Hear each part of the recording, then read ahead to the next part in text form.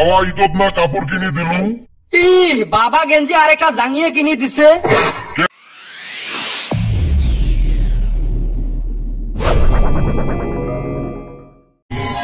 গো মা কোন আব্বাকে একটা কাপড় কিনে দিবে। এই ঘন্টার স্পোর্টিং এর কতদিন পিন্দি থাকিম। কবু তোর বাপক মুইয়ে 7 বছর থাকি এক কাপড় পিন্দি আসম। তোর জিস আমার বাপ দেয় কাপড় কিনি। তোর বাপ ওই বিয়েতে একটা মেখলা দিবে চাইছে। মুই বুড়ি হয়ে গেল আজ পর্যন্ত একটা মেখলা পালুম না। এই মানুষটার জ্বালায় আর শান্তি নাই। ঈদের বাজার একটা সাতের বন্ধুগুলো শোকায় কাপড় নীল। মোর কপালত আর জুটিল না। এইবার কি প্রথম কত ঈদ বিহু পার হয়ে গেল তাও কাপড় পাইলেন না। এইবার কিন্তু কাপড় না পেলে কথা খারাপ আছে। কবু যায় তোর বাবার সামনে মোর এতে খেস খেসে লাভ নাই। কাপড় না দিল কমসে কম ফেতার পয়সা গুলো মকে দেও, বলে দিয়ে এলা কাপড় কিনিম। হয়েছে তোর বাপ দে ফেতরা পাইলে আরো খাইবের চাই। ও মা তোর নামত কোনো মাটি নাই না তোকে থাকলে বেচাইলেং হয়। বেচে 2 মাস চাই হাউস মিটেলেং হয়। তোর সামার বাপ দিবে মোর নামত মাটি। এই ধন সম্পত্তি গুলো করবে কি গো?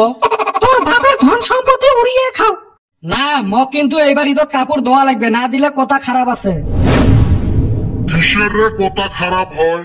নহয় গো ঈদের মধ্যে নতুন কাপড় না পিন্দিলে না খারাপ দেখা যায়। ঈদের একটা বাজার ছাওয়াটা কাপড় কিনে দিবেন না পান।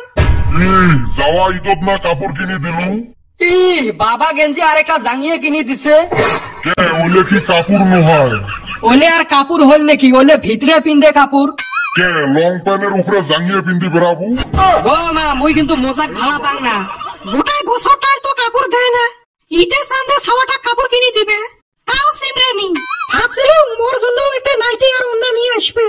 পয়সা পাতি নাই রে বা কুতি তাই কাপড় দেয়। ওই দিন যে পুষ্করণের 20,000 টাকার মাছ বেচাইলেন, তারপরে ধান গুলে যে বেচালু, ওলে দিয়ে মাটি বন্ধক নিছ।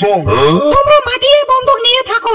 মাইনসে কইছে ধান বেচে লেটিং দিলাম, এলা কি খাইয়া হাগি। আমার হয়েছে ওই দশা।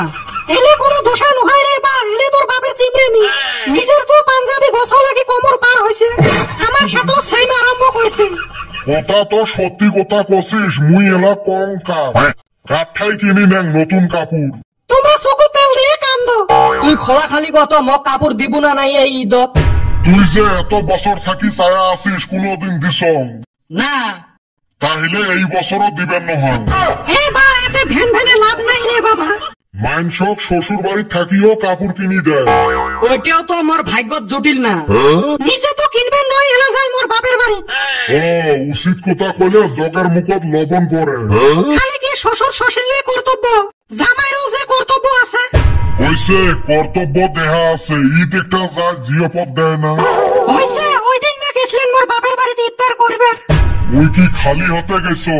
ওই বাড়ির এক কুয়া মুড়ি নিয়ে গেছে। তোমার বাড়ির মানুষ ওলে খায়। হইছে আমার মুখ ছুটেন না কিন্তু। দেখছেন মুই চালুং কাপড় আর আমরা কুতি গেল। তোমরা মক কাপড় দিবেন নহন না, মুই বাইঠাই বেড়ে যাই। আমার ভাইকত নতুন কাপড় ওই কাফনের কাপড়ে ঝুঁকবে। আর ছাওয়া যদি বাইঠাই বেড়ে যায় কথা কিন্তু খারাপ হবে এইবার। তাহলে মুঙ্গা মোর একটা ছাওয়া। ব্যাগ নিয়ে কুতি যাস?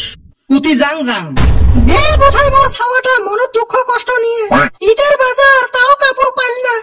এই আমার লোকটার জন্য এলে হবে লাগছে। খালি মোর ছাওয়া বেড়ে যাওক তো তারপরে শিখেন।